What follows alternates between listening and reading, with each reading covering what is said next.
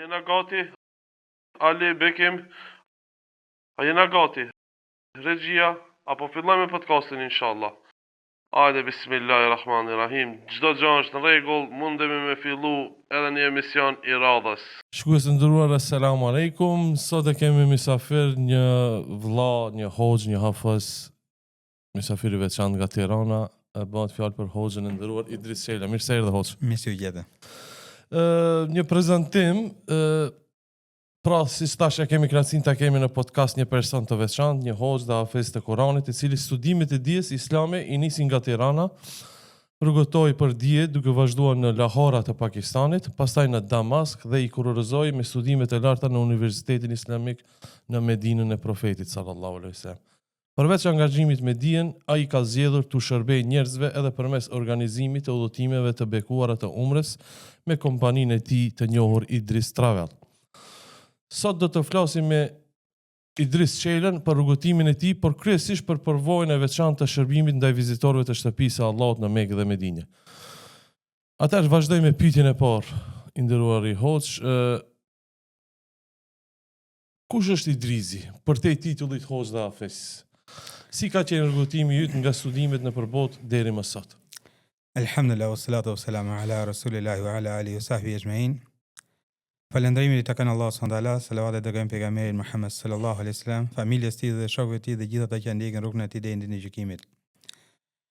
Falëndrojmë Allahun subhanahu i cili na mundsoi, na krijoi nga krijesa më të mira, na bëri njeri. Mbi të gjitha, masi na bëri njeri, na bëri me mendje të shëndosh. Alhamdulillah. Masi na dha mendjen e shëndosh, na dha udhëzimin. Alhamdulillah. Sepse nëse ne do ishim thjesht njeri, por nuk do ishim me mendje shëndosh, te nuk do kishim vlerë fiziku jonë si njeri. Po me ne do ishim të zgjuar, ka njerëz shumë të zgjuar, shkencëtar janë madje. Por Allah subhanahu nuk i ka udhëzuar, nuk e ka hap dritën udhëzimit, prapë ai nuk ka vlerë për jetën e tij. Subhanallah. Pra Allahu ne i ka mbështetur të gjitha në një vend. Krijesën më të mirë që na ka bërë njeri, mbasi na krijoi njeri, na dha mendjen e shëndosh, dhe mbasi na dha mendjen, na dha udhëzimin e tij nëpërmjet Kuranit famëlart dhe porosive të profetit sallallahu alaihi wasallam. Për këtë do të jemi shumë mirënjohës dhe falendërues pafund Zotit të gjithësisë, i cili na dha dhe lutim Zotin subhanahu wa taala na mbylli jetën tonë vetëm sa ai duke qenë i kënaqur me ne. Amin. Sa i përket përpyetjes tuaj, udhimi im ka vazhduar, unë vi nga një familje muslimane, Alhamdulillah. praktikant në Islam. Të xhallarët e mi ose mi xhallarët e mi janë brespat bresi hoxhallar, edhe gjyshi edhe baba i gjyshit. Mashallah. Kam bërë medresën e Tiranës, pastaj me lindi dëshira për të mësuar Kuranin, edhe e vetëm mundësi që gjeta, alternativë që gjeta për të shkuar për të mësuar Kuranin në Pakistan, në Lahore, siç e përmend edhe ti pak më parë. Kam mësuar hifzin e Kuranit për 2 vite në Lahore. Mashallah. Por Kurani, nëse ti e lexon si papagall, në kuptimin e mirë fjalës, si e përmendesh, e mëson, por nuk e di kuptimin dhe nuk din se çfarë thot Kurani, mihal nuk e ndjen atë që lexon, atëherë Kurani nuk është i plotësuar ke njerëzit, mihal ke vetvetja e njeriu. Ai vetvete është i plotësuar, ama ke njeriu nuk e plotëson njeriu. Nëse ti e lexon përmendesh, por nuk e kupton. Edhe i vuna kush vetes që Kurani pa mësuar arabishten nuk ka kuptim. Shumë me vend. Edhe ju futa studimet për në arabisht, edhe më thanë që arabishtja më e mirë, letrare, për të mësuar janë Shami, Damasko. Elhamdulillah, falënderoj Allah subhanahu me përpjekjet e vogla, shkuam në Damask, kam bërë gjuhën arabe në Damask, për shkak të problemet të mbrëmshme të Sirisë, isha koha që ishin probleme që fillon probleme të mbrëmshme. U largova nga Damasku, por nuk ndjeja komod me kaq. Pastaj aplikova në Universitetin Medinës, Universitetin Islamik Medinës, dhe vazhdova studimet e larta për shariat në Fakultetin e Shariatit në Medinë. Alhamdulillah. Ndëm thonë një rrugtim provoj e gjatë, e gjerë, por po të shikosh sakrificën e sahabëve që bën për këtë Islam, për këtë dije, që kjo Islam, kjo dije të vike në sot, ne që ne jemi musliman, është sakrifica e tyre, parëve tonë. Po të shikosh sakrificën e tyre, me sakrificën tonë ne jemi as kërkushi në lidhje me sakrificën e tyre. Ata kanë Ata kanë sakrifikuar akoma më shumë nga jetën e tyre, Andaluzia në familjen e Medinë. tyre, gjitha as kushtet komodo si kanë pas, as aeroplana si kanë pas, as mjete si kanë pas, prapa ata dolën gjithë botën për ta përhapur Islamin. Kurse ne kishim gjithë kushtet me fllad, me klim tash që është vap, klimën e kemi dhe prapa ankohemi. Po ata që s'ka pas as klima si gjë, dhe kursin ankuar. Allahu subhanahu wa taala i përmend Kur'an ata, radiallahu anhum wa radu an. Allahu kënaq me ata dhe ata u kënaqën me Allahun subhanahu wa taala. Pse u kënaqën? Sepse ata ju bindën urdhat e Allahut subhanahu wa taala dhe ishin të gatshëm me kaderin dhe caktimin e Allahut subhanahu wa taala. Më kujtua një nga selefi, domethënë nga Andaluzia deri në Medinë për një hadith. Për një hadith. Subhanallah. Udhtim në kamp me deve, me anije, jo sikur ne që kemi kusht. Për 2 orë shkojmë në umra, na themi lodhemi, u lodhëm pse është. Si janë kushte të mira. Po, janë kushte të mira. Po, me se shumë të mira janë. Hoxhë, lidhja me Kur'anin, çfarë do të thotë për ty personalisht të jesh hafiz i Kur'anit? Dhe si ka ndikuar kjo në jetën tënde të përditshme? Si erdhi puna të udhëtosh në Lahora, që e cekam, dhe atje, domethënë, që ke mësuar Kur'anin përmend, domethënë. Lidhja jote. Atëherë, lidhja ime me Kur'anin, Kur'ani është udhërëfysi i çdo njeriu. Allahu subhanahu wa taala Kur'anin e ka sjellë të përsosur dhe të plotësuar. Nuk ka gjë në Kur'an për jetën e njeriu që mos ta gjej. Çdo gjë që i duhet njeriu në këtë botë, Allahu subhanahu wa taala ta ka cekë në Kur'an. Mbi gjitha sikur hiç mos kishte se ka si gjë tjetër, vetëm atë që thotë Allahu, kur nuk dini pyetini atë që din, është udhëzimi më i mirë që Zoti ty të ka mësuar ku të trokasesh, çelësin ku të trokasesh. Kurani në vetvete ke unë si person me ka bërë që të bëhem njeri. Kur më pyesin shoqëria e shkollës apo jeta personale në Shqipëri apo me gjëra, mbasi të marrësh këtë shkollë ku je, çka do dalësh, menosh në inxhinier, ndonjë arkitekt, ndonjë shkencëtar. Unë i thoja që mbasi të marrë këtë shkollë do bëhem njeri. Nuk je njeri ti? Jo. Nëse njeriu nuk kapet fort pas Kuranit, fjalës Allah dhe nuk e ruan atë, ai bie më poshtë se kafsha. Kurani është disa popull do i ngrej kush e kapet me Kuranin dhe disa popull do i degradoj kush e lën Kuranin. E lutem Allahu subhanahu wa taala të kapin fort mas Kuranit, Allahu subhanahu wa taala do e ruaj këtë libër. E ruan Idrizi, se ruan Idrizi nuk ka rëndësi. Ama Allahu subhanahu wa taala është premtuar që do e ruaj librin e tij, fjalën e tij, do e ngrej lart. Kur njerëzit nuk do e duan më, do e ngrej lart. Por pejgamberi sallallahu alajhi wasallam na ka thënë, sallallahu alaihi wasallam, më i miri për ju është kush e mëson Kuranin dhe e mëson të tjerëve. Plus që Kurani ka shpërbime tjera dhe jepet kuror ditën e gjykimit, i thotë Allahu subhanahu wa taala lexo deri në ajetin e fundit që ti do lexosh dhe ngreu lart në xhenet duke lexuar Kur'an, ka disa dobi dhe disa mirësi që Allahu subhanahu wa taala i ka dhënë për vlerën e Kur'anit, po mbi të gjitha është qetësi shpirtërore. Alhamdulillah. Nëse dikush është i mërzit, është i nervoz, merr Kur'anin, lexoj një faqe Kur'an pa marrë parasysh çfarë faqe është, Allahu subhanahu wa taala do të zbresë qetësi në shpirtin e tij dhe në zemrën e tij.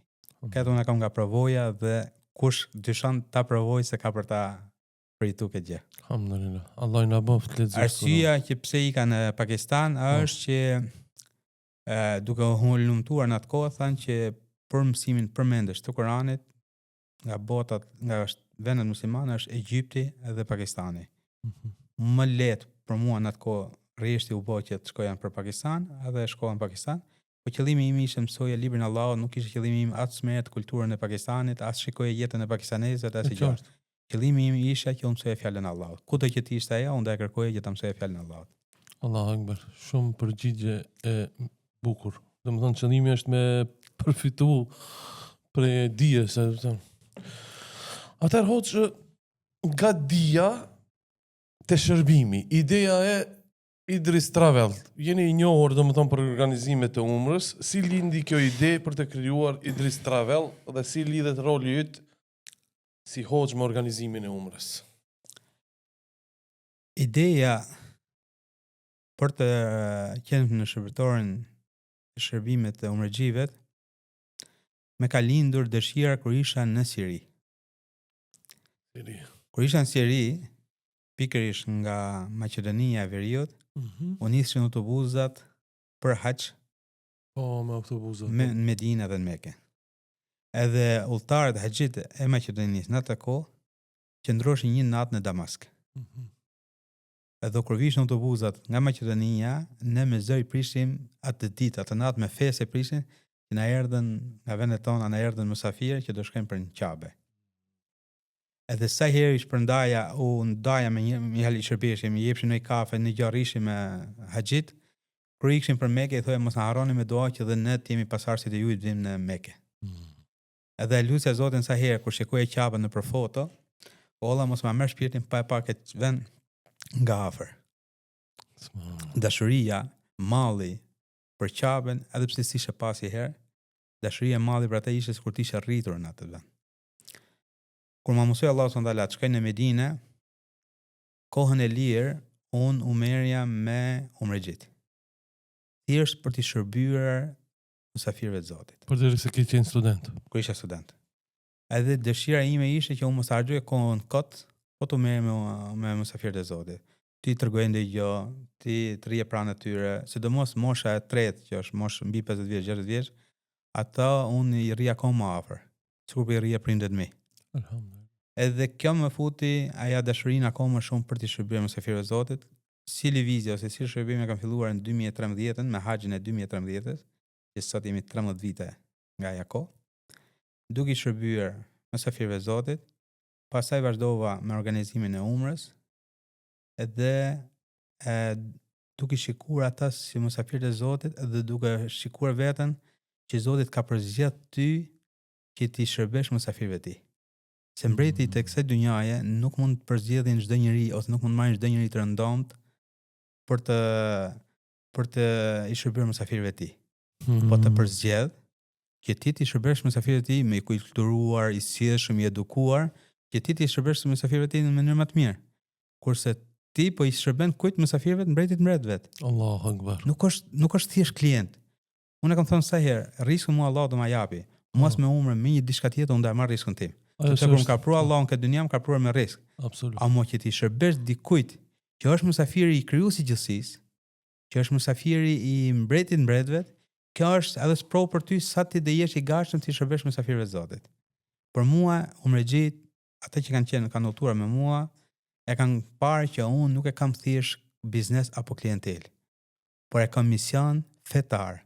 Jam duke i shërbyer mysafirëve të krijuesit të gjithësisë. Allahu Akbar. Ai i cili të ngren dhe ai i cili të ul. Allah subhanahu wa taala kur don Allahu e ngren dikë. Amo nëse ti nuk sillesh me mirënjohje ndaj krijuesit të gjithësisë për mirësitë që të ka dhënë, sa herë Allah subhanahu wa taala përmend surën Rahman, të cilat të mirë Zotit tënd po i mohoni. Nëse Allah ty çat ka bërë, të ka bërë shërbëtorin e mysafirëve të vet. Të ka bërë që ti ta kalosh kohën më shumë në Qabe, një namaz me 100.000 namaze. Ta kalosh kohën pranë varrit profetit sallallahu alajhi wasallam, pranë xhamisë profetit sallallahu alajhi wasallam. Aty ku ka vënë kokën sejdë pejgamberi sallallahu alajhi wasallam. Aty ku ka vënë kokën sejdë Umeri radiallahu anhu. Ai i cili kur kalon në rrugën e Medinës, shejtani ndrotë rrugë. Ti po jeton në këtë vend. Allahu ta ka mundsuar ti të jetosh dhe ti mos jesh falendërues, edhe mirënjohës ndaj Zotit duke i shërbyer mysafirëve të Zotit. Kjo është mos mirënjohje. Pikërisht sa herë lexoj ajetin që thotë Allahu, cilat mirë Zotit ty po i mohoni, themi vallë. Apo ja japim në haku këtyre mirësive që Allah na ka dhënë. Edhe për mua çështja e umrës është çështje parsore që nëse unë do shikoj në vi moment që do hyn hak dikujt, do e mbyll zyrën e umrës dhe nuk do punoj më umrë. Do shkoj të punoj rëndom një punë të rëndomt, ama më umrë nuk punoj, sepse umra është amanet dhe përgjegjësi për Allah subhanahu wa taala. Është amanet që Allah subhanahu wa taala ju do kujt e jep. Dikujt e jep edhe për sprov, për ta sprovuar, dikujt e jep edhe për ta ngritur. Falusën Allah subhanahu wa taala që me shkakun e kësaj vepre të na ngrej dhe të na afroj pranë tij edhe të na fusë në mëshirën e tij. Se i përket emrin pse lindi Idris Travel, si emri Idris Travel. Idris Travel lindi për një arsye. Njeriu është i dobët. Në karakter është i dobët. Edhe është një gjë si një person, një musliman kur ka mjekër, nëse do më bëj një vepër që është fliqur, të ligë, kur ka mjekër thotë turp për marrësh për mu, sepse unë me sunet jam. Si mu ta bëj këtë vepër fli. Dikush që nuk ka një sunet profetit sallallahu alajhi wasallam, e ka më të lehtë për ta bërë një vepër të fliqur. Ose një gjë për motrat muslimane. Një dikush që është me shami, me hijab, e ka shumë të rëndë për të bërë një vepër të fliqur se sa një femër që nuk është e mbuluar. Edhe ke çështja e emrit biznesit, unë kam lidhur drejt për drejt me emrin tim personal edhe me personalitetin tim, me fytyrën time. Që shërbimi i kësaj agjencie o do e ngrej emrin tim Idrizin ose do e përshtroj. Nëse unë do në një moment do dobësohem si çdo krijesë tjetër, atëherë mund të më tërhiqë vërejtjen kush? Emri im. Që prit, nuk është thjesht agjenci umre, po është emri jetë që ndikon drejt për drejt. Diku tjetër nëse ta bëjmë gish, kush ai Idrizi i umrës? Ai mashtruesi. Shembull. Shumë e qarta, kjo që mos mu fsheh pas firmave të tjera, po emrin tënd personal e ke vendosur. Po, emrin tim personal që o do e ngrej këtë emër ose do e përshtroj këtë emër. Pa, se më kisha emër sa dush, në atë kohë kur unë kam qenë në treg, në trevat tona nuk ka pas emër as Meka Travel, as Medina Travel, as Kursi Sherif, as emrat Islam, ose emër që i përkasin këtyre vendeve shendë, që unë mund të vënja këtë emër e kisha hapësirën e duart në kotave, po thash jo, unë këtë emër do e vëj vetëm se me emrin tim personal.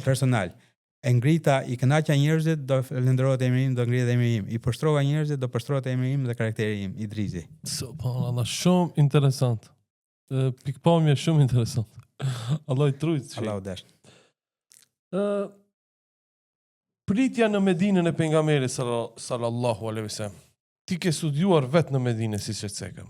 Si është ndjenja kur sot prej besimtarët tanë atje dhe u prin në vizitat e eventet e shetja? Kur ti i pret besimtarët. Si është ndjenja, domethënë? Ndjenja e pritësit është për çdo njeri që vjen ose për çdo grup që vjen, shtohet akoma shumë ndjenja e bukur. Sepse ti po e shikon veten që Allahu ty po të ngren duke i sjellë mysafirët e tij këtij. Edhe kjo është një ndjeshmëri që nuk përshkruhet. Ama ndjenja e mysafirëve të Zotit që vijnë për herë të parë në Medinë, unë elhamdulillah kam pas në udhëtimet e mia njerëz të pushtetit. Që njëri i pushtetit më ka treguar, ka qenë dikushi, tha, kam hec me kilometra me tapet kuq. Mihal, aq pritje madhështore që ka pas delegacione shtetërore. E qartë? Kam pas kushte komode, tha, në për vizita zyrtare, tha, që çat ktheja kokën, tha, nga shërbimi, tha, më bite, tha, çat menuja, tha, më vitën tavalin. Ai shumë shërbim luksos, Mihal, që kanë ta. Por ndjesinë shpirtërore që unë, tha, po e ndjej në Medinë, nuk e përshkruaj dot, tha, në jetën time. Medina të jep një qetësi shpirtërore, një ndjesi shpirtërore që për mua sot nuk ka alfabet që t'i bashkoj shkronjat për ta formuar fjalinë, për ta përshkruar ndjesinë e Medinës. Ndjesia e Medinës ndihet, përjetohet, por nuk përshkruhet. Kush mundohet ta përshkruaj me ndjesinë e Medinës vetëm se nuk arrin as 0.01% për ta përshkruar atë që ndjen. Ajo vetëm ndihet dhe përjetohet. Sa do të thuash që kalova shumë mirë Medinë, fjalë bukura, nuk atë që ke ndjerë në shpirt nuk e thu dot. Sepse akoma nuk ka arritur atë ndjesi që Allah të fut në zemrën tënde, nuk ka arritur fjalori çdo lloj gjuhë ta përshkruajë atë fjalë që atë ndjej që ti ke ndjer. Dhe ai që ka përjetuar Medinën ose ka udhëtuar Medinë, qoftë edhe për një umre, më kupton shumë mirë se ç'a ndjeja ka Medinja e ndritur, ashtu siç ka emrin, është Medinja e ndritur dhe i ndriçon zemrat edhe qetësinë shpirtërore në atë vend. Domethënë besimtar kur vinë në Medinë i përjetojnë vizitat shumë njerëz, shumë besimtar kur vinë në Medinë, sidomos kur i fusin për herë të parë në xhaminë e Profetit sa, përgjigja e shumicës janë lotët e tyre. Lot gëzimi, lot kënaqësie, lot sa do që të jenë lodhur nga rruga kur ta shikoj Medinën e harrin çdo gjë. Kjo është një qetësi shpirtërore që Allahu subhanahu wa taala fut në zemrat e besimtarëve. E lutem Allahu subhanahu wa taala na shtoj këtë dashuri dhe këtë qetësi shpirtërore sa herë ta vizitojmë vendin ku ka shkelur pejgamberi sa dhe ku ndodhet pikërisht trupi i pejgamberit sallallahu alaihi wasallam. Çka ofron Idris Travel për Medinë? Përpos, si që them, kryesori është namazit që falet në harem, në xhaminë e pejgamberit sallallahu alaihi wasallam, po edhe diçka tjetër. Idris Travel është munduar që të jetë umërgjive pranë si një udhëtim shpirtëror. Unë kam thënë sa herë në ligjëratat e mia, kush vjen në Medinë dhe në Mekë për turist, ka gjetë vendin e gabuar. As mos lodhet të vinë këto vende. Kush vjen në Medinë dhe në Mekë si mysafir i Allahut subhanallahu për të afruar ke Zoti edhe për të gjetë qetësinë shpirtërore ka gjetë vendin e duhur. Në Medinë, në plus që është hoteli bazë, edhe unë jam munduar që hotelin në Medinë ta marr në orë rreshtin e parë, maksimumi rreshtin e dytë, që distanca nga dera hotelit deri në xhamin e Profetit mos i kaloj 50 hapa ose 50 metra. hapa. Po, 50 metra. Dhe këtë unë kam prej vitesh, nuk është se kam sot. E qartë? Unë me hotelin që unë bashkëpunoj tani në Nuskel Hijra dhe kam ekskluzivitetin për gjithë Ballkanin më fut ky hotel. Kam prej 8 vitesh që punoj. 8 vite. Që punoj në një hotel. Është hotel me 4 yje, po kam prej 8 vitesh. Arsye që nuk e ndryshoj as se unë nuk dua të bëj eksperiment me mysafirët e Zotit. Unë në çdo hotel që kam zgjedhur, kam flet një natë vet para, e kam rezervuar dhe kam flet vet, edhe pse kam pas mundësi me flet ke shtëpia ku isha në Medinë apo aty. Kam shkuar kam flet një natë vet, e kam përjetu vetë si është rehatia e hotelit, pastaj kam bërë negociata për të rezervuar për me gjithë. Dhe gjithmonë kur e shikoj një shërbim të hotelit apo të shërbimet atë, mendoj unë jam mysafir i Zotit, unë jam udhëtar. Nuk është biznesi im, unë jam. A do rrija unë në këtë hotel? A do i kërkoj llogari unë atij që të paguaja që a është ky hotel i duhur apo jo? Alo, unë po nuk e futa veten time në vend të umrëxhiut, nuk e kupton njeriu se sa i vlerë, ç'a vlerë ka ai hotel ose ç'a komoditeti ka ai hotel. Unë në Medinë hotelet kam prej vitesh që kam mëngjes dhe darkë, bufet hapur, sepse umrëxhit kur të vinë në Medinë dhe Mekë, të vinë për të adhuruar Zotin dhe jo për dal, jo të hajmë bukë, jo të gjejmë ku është buka, jo s'merremi vesh me gjuhën, jo pas merremi vesh me këtë. Ai të vi të hajmë mëngjesin. Një mëngjes është bufe e hapur internacionale siç në gjithë hotelet internacional botëror. Të qetësohet, të bëj adhurim, edhe darkën ta ketë po të siguruar nga paketa, që ai vëmendja e tij të jetë në adhurim ndaj Zotit, të përjetojë dhe të shijojë qetësinë e Zotit. Përveç hotelit, ne vizitojmë dhe vendet e shenjta të Medinës, Xhamia Kuba. Unë paketat bazë që i kam gjithmonë të panegocueshme është nisja për ditë të njëjtë ose të mërkure, dhe kthimi të dielën ose të hënën mas 10 ditësh që i bi 2 xhuma. Një xhuma në Medinë dhe një xhuma në Mekë. Mashallah. Që njerëzit i përjetojnë të dyja xhumat në vendet e shenjta. E qartë. Kjo është e para dhe e dyta është që unë çdo ditë shtune, kush ka udhëtuar me mua, çdo ditë shtune kam vizitat e xhamis Kuba. Arsye pse unë kam çdo ditë shtune vizitat e xhamis Kuba është se pejgamberi sallallahu alaihi wasallam ka thënë, kush merr abdes nga shtëpia e tij dhe shkon në xhamin Kuba, fal 2 rekat namaz apo çdo lloj namazi, e ka shpërblimin se një umre. Allahu Akbar. Kjo është shpërblim shumë i madh. Shumë i madh. Sa një umre. Edhe inshallah umre pa gabime, se kur shkosh umre jo po të ra ihrami, jo s'ra ihrami, jo kështu, kurse 2 rekatet e ke shpërblimin pa lodhje sa një umre. Pra në hotel, marrim abdes? Marrim abdes nga dhoma e hotelit sepse për ne që jemi banor të Medinës. Po, shtëpia jonë është dhoma e hotelit. E qartë. Marrim abdes, nga aty dalim, shkojmë drejt në xhamin Kuba. I falim 2 rekate? Shpërblimin inshallah, ke Allah subhanahu kemi sa për umre. Edhe vetë pejgamberi sa më ka pas praktikuar çdo ditë shtunë shkonte, ka hadithe që shkonte ose i hyper në deve ose në këmbë, shkonte në xhamin Kuba dhe falte 2 rekat. Unë kam bërë kurs që dita shtunë na kapin në Medinë për një arsye. Që ne të fitojmë edhe umrën si shpërblim, po edhe sunetin e Profetit sallallahu alaihi wasallam, që vetë pejgamberi sa ka pas traditë çdo ditë shtunë shkonte në xhamin Kuba. A lejo që të shkosh ditë tjetër, ata shfitohesh shpërblimin ditë tjetër se dikush mund ka qenë ditë diela thotë, unë pas sa shku kot me shku në xhamin Kuba. Jo, shpërblimi i umrës në xhamin Kuba është në çdo lloj kohe. Nuk ka arsi. E shtunë diela hënë martë mërkur janë gjithë ditët e Zotit janë shpërblimi i umrës. Nuk të bie vlerë shpërblimi i umrës. Ama suneti për hezem është vetëm për ditë shtunë. E qartë, shumë e qartë. Kjo është ekstra si sunet, ekstra shpërblim si suneti i pejgamberit sallallahu alaihi wasallam. Pastaj mbas xhamis Kuba vizitojmë Uhudin. Arsyeja, unë jam munduar që umrëxhit mysafirët e Zotit t'i çojnë ata vende që pejgamberi sa më ka porositur, edhe janë prej fesë. Për t'i mbushur programin edhe për t'i lodhur njerëzit ka hapësira sa dush. Po. Me çuk, jo kjo xhami ka qenë ky sahabi, jo kjo xhami, po nuk ka argument fetar. Dhe nëse ne do e bëjmë rruket, shtop pak këtu, shtop pak aty, nëse pastaj do bëhet vajxhib, do bëhet e detyrueshme ke njerëzit. Kjo është edhe po është ti shkak që të bësh një shtesë, një bidat në fe, do është aty e ke bë për përfitimin tat për të emër të madh, ama në realitet ti po bi kundërshtim që s'ka argument nga vizita ose nga jeta për pejgamberin sa ose nga procesi profetit sa. Mbas Kubas unë i çoj në Uhud. Është i vetmi tokë ku ka ndodhur betejë e Uhudit. Uhudi është i vetmi tokë të cilën ka pikuar gjaku i pejgamberit sallallahu alaihi wasallam. Është plagosur pejgamberi sallallahu në luftën e Uhudit. Është vrarë njeriu, ka ndruar jetë njeriu më i dashur i pejgamberit sallallahu Hamza radiallahu anhu. Janë dëshmorë më të mirë që Allah është kënaqur me ata dëshmorë në luftën e Uhudit. Është vendi ku është sulmuar pejgamberi sallallahu fizikisht. Është vendi ku ka jetuar vetë pejgamberi sallallahu në dy luftim me mushrikët e Mekës. Dhe është vendi që e duan besimtarët dhe i don besimtarët. Uhudi është vend që e duan besimtarët, po dhe besimtarët e duan atë dhe ai do besimtarët ta vizitojnë. Për këtë arsye unë mas Kubas e çoj në Uhud. Edhe në Uhud ju tregoj shkurtimisht kur kam hoxhallar nderoj hoxhallarët për t'i nderuar, kur nuk kam hoxhallar, alhamdulillah, e i bëj nderimet e i tregoj umrxhivet. Por si të ka ndodhur betejë e Uhudit dhe çfarë mesazhi na jep betejë e Uhudit. Shkurtimisht në betejën e Uhudit është një mesazh shumë i qartë dhe i vogël, por shumë domethënës. Kush e lën një porosi të profetit sallallahu alaihi wasallam do ketë dështimin e Uhudit. Dhe kush e kap një porosi të profetit sallallahu do ketë sukses. Edhe argumenti më i qartë është muslimanët në Uhud në dy luftimin e parë fituan.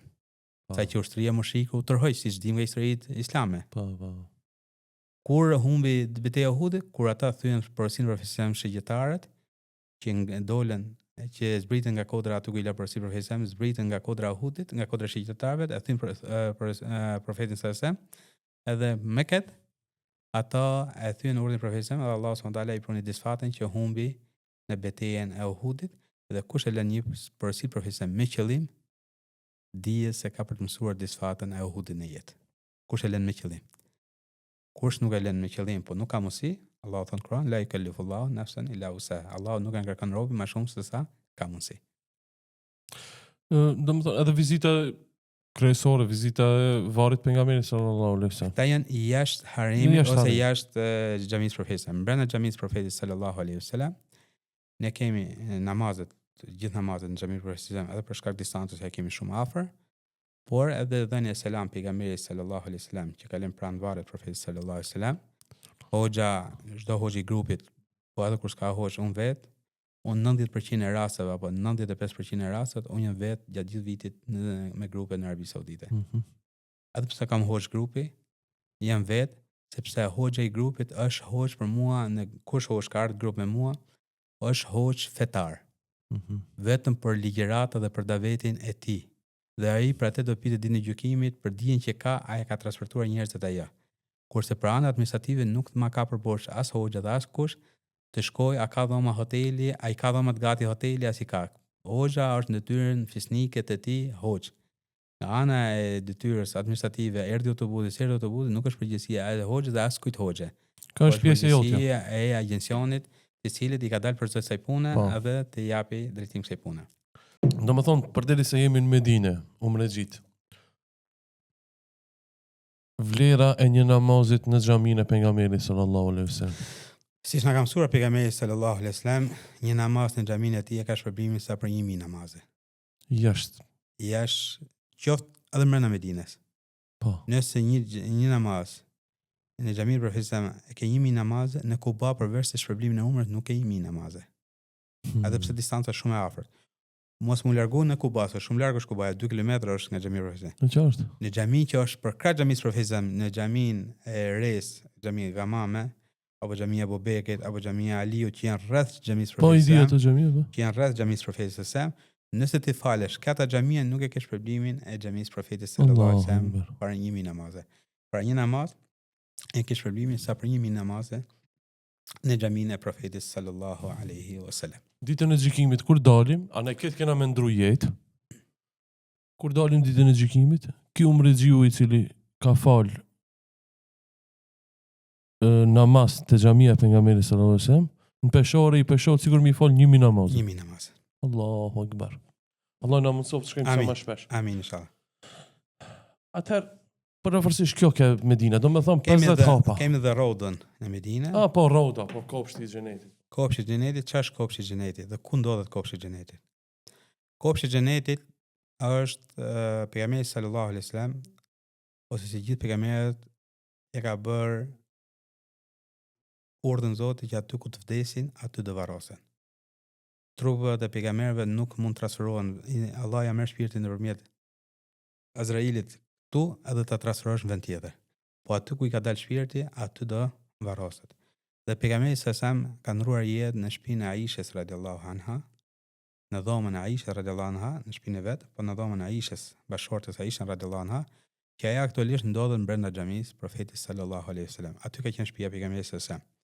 Dhe pejgamberi sa ka thënë, nga mimberi, nga hutbja e xhamisë ekzistuese kohës pejgamberit sa, deri ke shtëpia ime është tokë prej tokëve të xhenetit, kopësh prej kopshëve të xhenetit. Kjo pjesë nga mimberi, nga hutbja e xhamisë profetit deri ke varri aktual i pejgamberit sallallahu alaihi wasallam. Shpërblimi ekstra për të falën në rroda nuk ka. Përveç se jemi namazë, siç i ka vetë xhamia e profetit sa. Ama nëse dikush është falën në rroda, ka kap një namaz në rroda, shpërblim ekstra për atij, përveç atij që është jashtë rrodës nuk ka. Mihal, ti je fal jashtë rrodës, po brenda xhamisë profetit sa. Edhe ti je fal në rroda, shpërblimi është i njëjtë ke Zoti i gjithësisë. Por qetësia dhe kënaqësia që ti jep ai vend, duke medituar që vetë pejgamberi sa ka thënë që ajo është tokë prej tokës së xhenetit. Të jep një ndjesi tjetër edhe një kënaqësi tjetër. Dhe jo munduar që 99% të grupeve, nuk po themi 100% se mund të kenë ndonjë që nuk ka kuptoj. 99% të grupeve të tifos në rroda. Arsyeja është të përjetojnë aty sepse ajo është më e sigurt të tokë që ka qenë tokë që pejgamberi sa ka vënë kokën sejdë. Sepse xhamia e profetit sa është zgjeruar, se kush e ka patën shumë e madhe, sa është zgjeruar xhamia e profetit sa aq ka qenë Medina vetvete në atë kohë. Po. Sa është xhamia aktuale e pejgamberit sa, në atë kohë ka qenë Medina vetvete, po çka është hartën e vjetër të xhamisë profetit sa, aty ku është xhamia sot kanë qenë shtëpiat e Abu Bekrit, e Omerit, e sahabëve të tjerë rreth e qark xhamisë profetit sa. Tani ajo është tokë, është xhamia e profetit sa.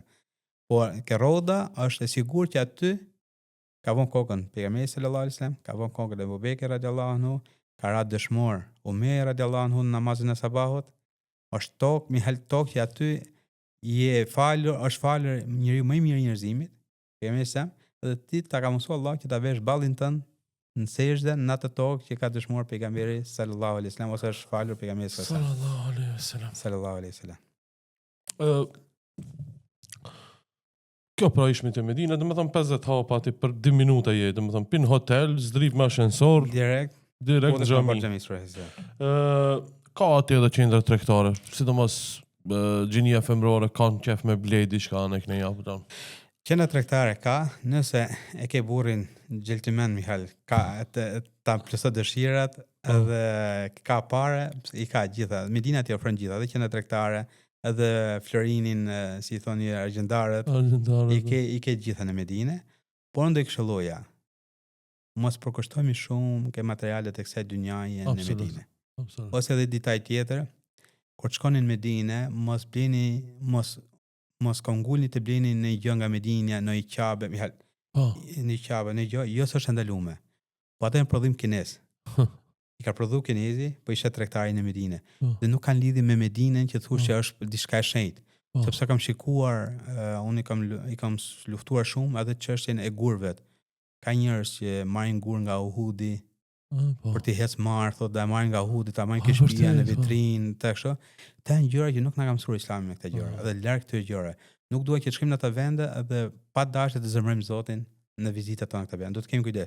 Nëse ble diçka kujtesë, mirë se ta blesh edhe ta gëzosh. Ama jo që të përqendrohesh që po se mora katën kot që shkova në Medinë.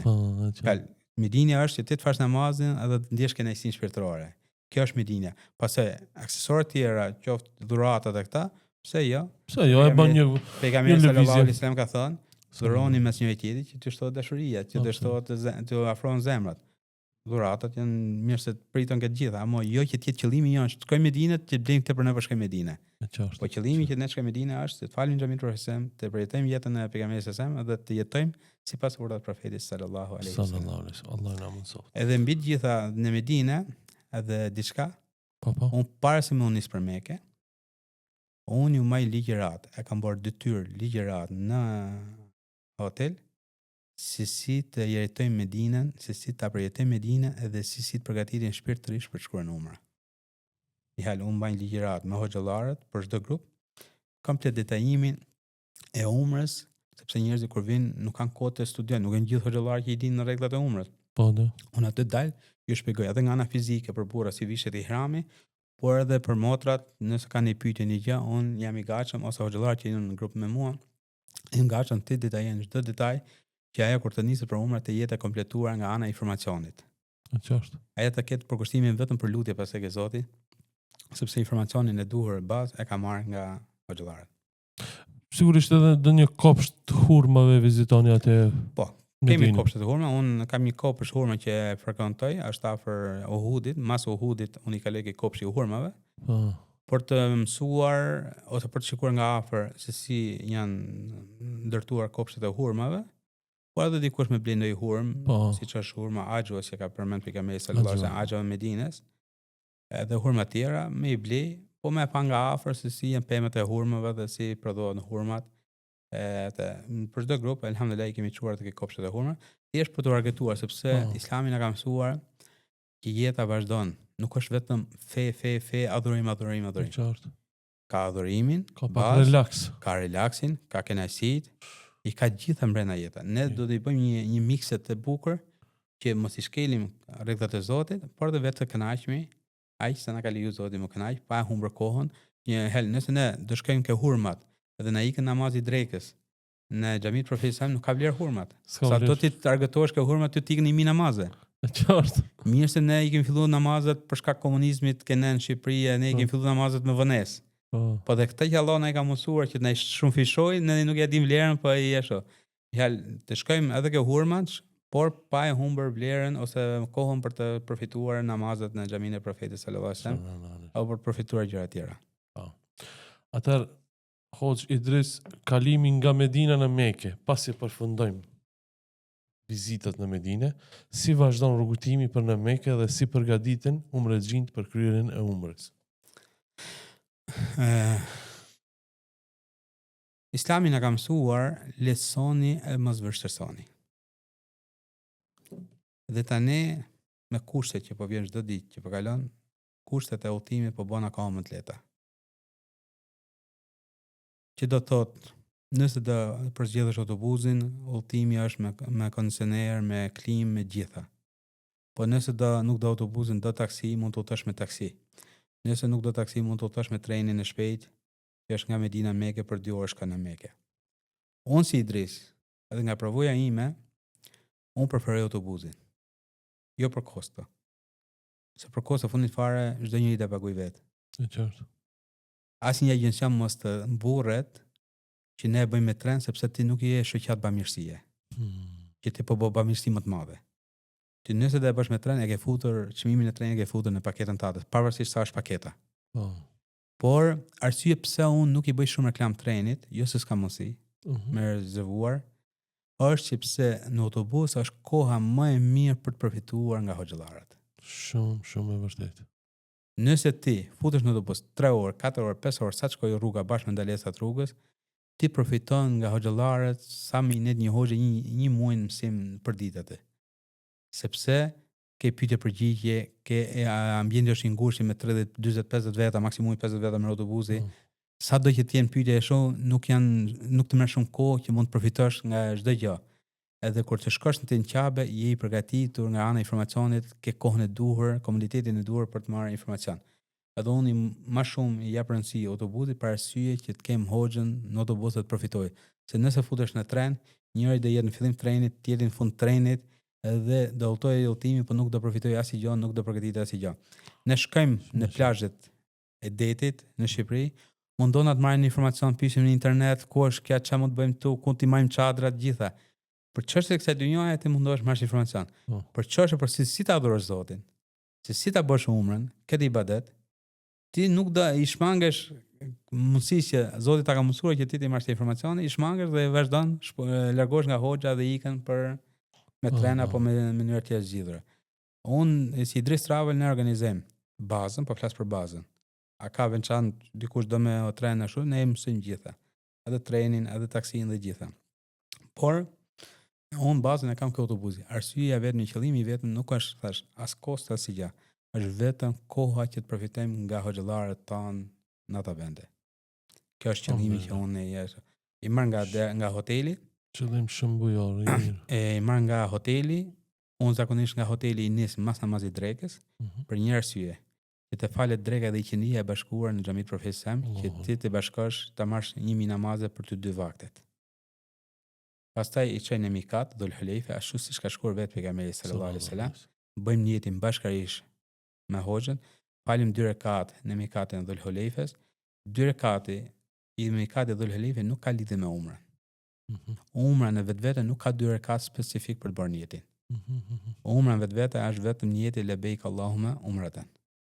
Ama nuk ka 2 rekat. 2 rekat ka sepse pejgamberi sa na ka mësuar që kush në çdo xhami që shkoni, falni 2 rekat përshëndetje për xhamin. Dhe ne ato 2 rekat i falim për xhamin e Dhul Hulejfes dhe për xhamin që ne po vizitojmë, po jo me umrën.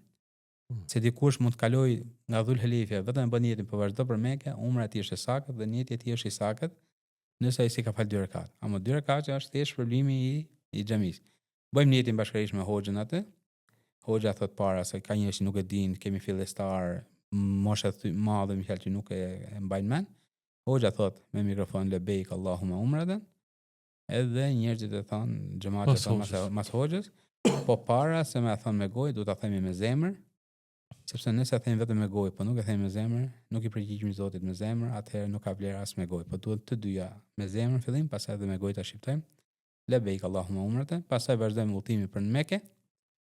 Udhtimi bashkë me ligjëratën e hoxhën, e ndajmë me telbije. Labejk Allahumma umratan, labejk Allahumma labejk, labejk la sharika lak, labejk innal hamda wa ni'mata lak al mulk, la sharika lak, deri në fund. Edhe pasaj me ligjërata, pasaj pyetje përgjigje. Sa zgjat udhëtimi nga Medina deri në Mekë me autobus? Udhëtimi nëse do udhtojmë pa ndalesa është 4 orë. 4 orë. Nëse është pa ndalesë. Me klim, këtë në rregull. Po, me klim, autobusat janë të fundit 2025, 2024, 2026. Po flasim për kohën që jemi tani. Komod.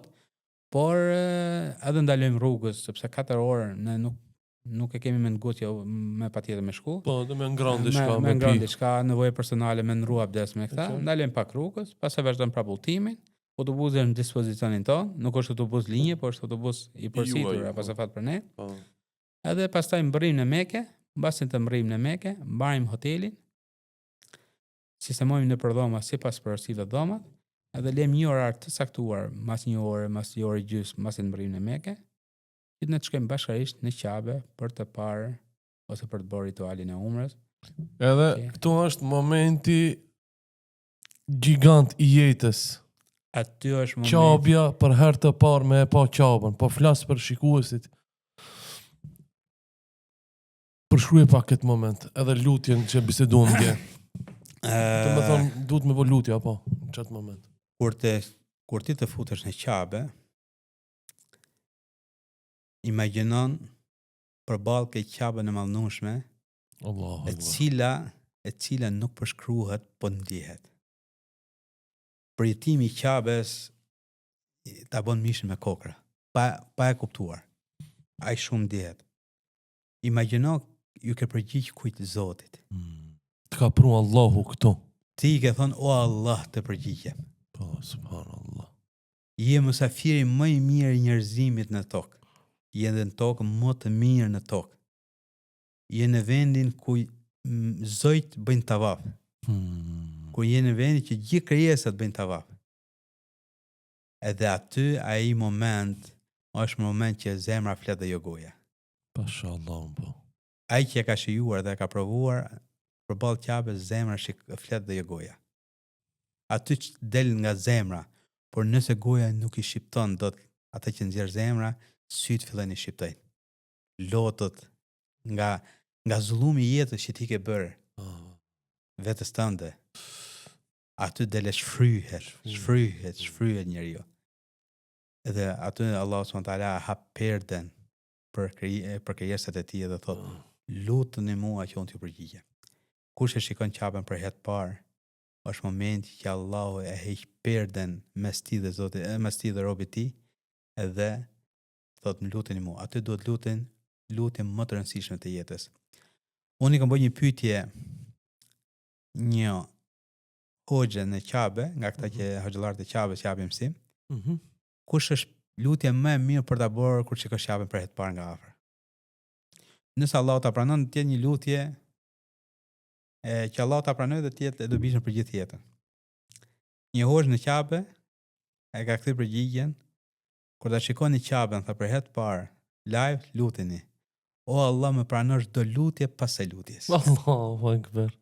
Nëse Allah ta ka pranuar, ta pranon këtë lutje, çdo lutje tjetër që do të vijë mbrapa e ketë pranuar. Si a di tash ku po du me dal. Nuk e kom ditë këtë kur e kom pa për herë të parë 2016 Qabe. Se më kone kisha përdorë që këtë O Allah, më pranosh çdo lutje pas së lutje. Se nëse ti o Allah do më bën nasib xhenetin Firdaus, thjesht xhenetin, dynjan nuk e kërkove. Se ne do jemi Të qartë, shumë e ne qartë. duam dhe dynjan dhe ahiretin. Nëse ti kërkosh vetëm dynjan, nuk i ke kërkuar ahiretin.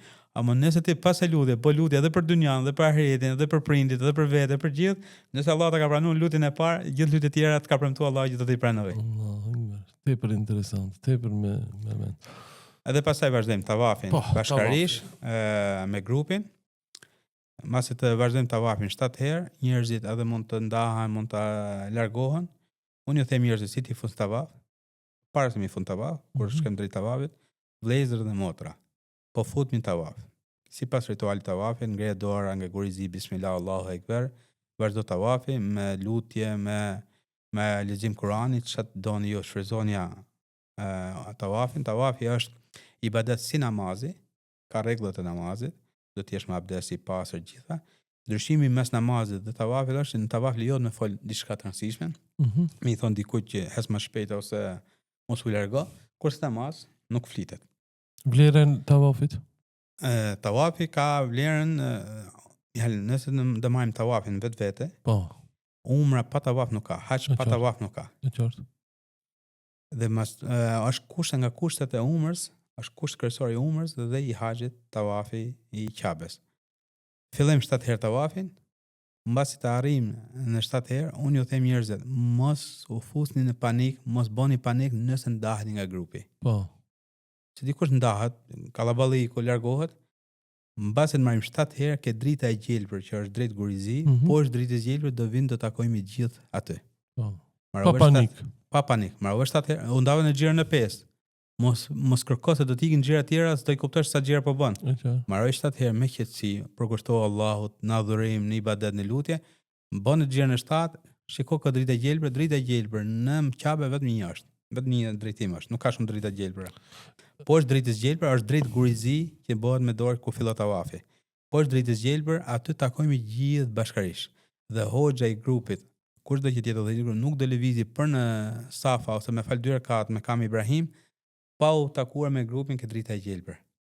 Aty takojmë gjithë këtë drita e gjelbër bashkërisht me vëllezërit dhe motrat, shkojmë ke drejt me Kam Ibrahimit, që është mas tavafit, falim 2 rekat me Kam Ibrahimit, siç na ka mësuar profeti sallallahu alaihi wasallam në rekatën e parë, këndojmë Fatihan dhe surën Kafirun, dhe në rekatën e dytë Fatihan dhe surën Ikhlas.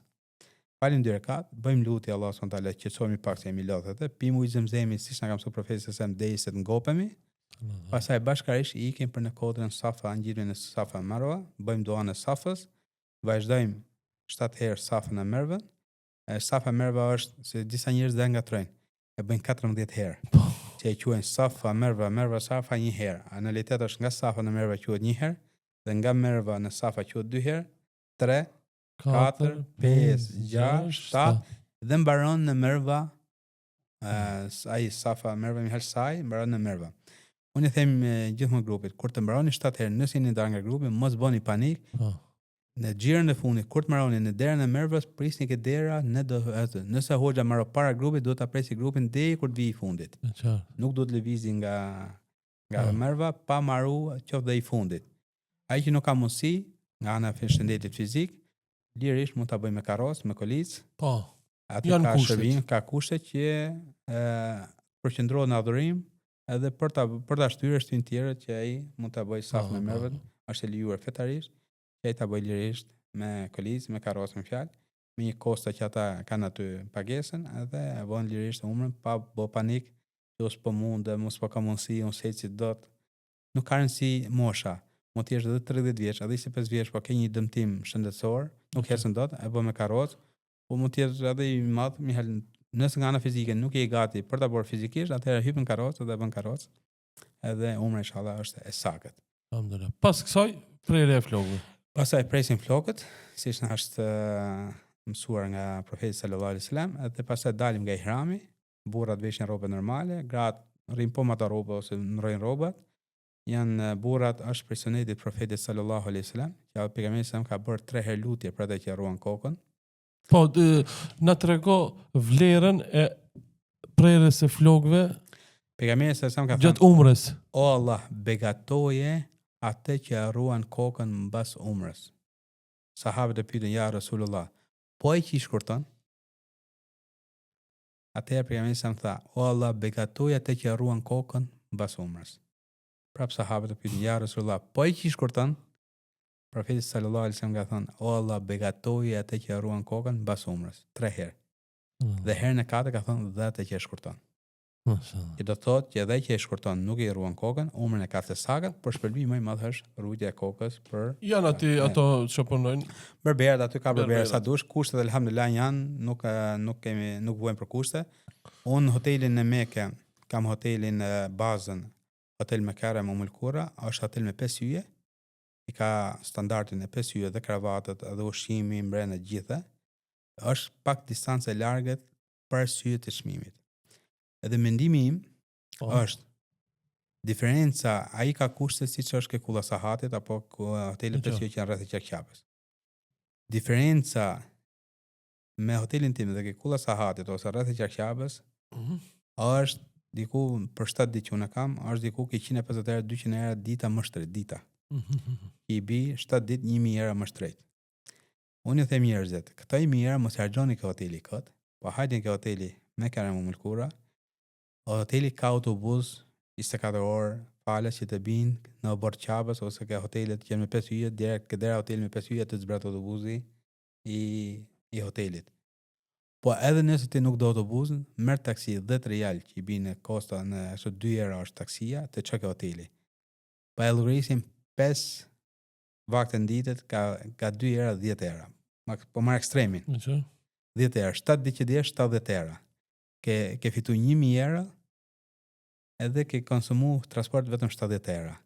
Ma mirë konsumu transport dhe këta 1000 euro, nëse ti i bën jetë me i prish, jepi sadak në Qabe, bëj një vepër të mirë, një vepër të harit, se sa ti japësh hotelit të pare, kur kushtet janë për njëjtat në mrena në godin të hotelin, fjallë vetëm distancat të bën aja larkësia.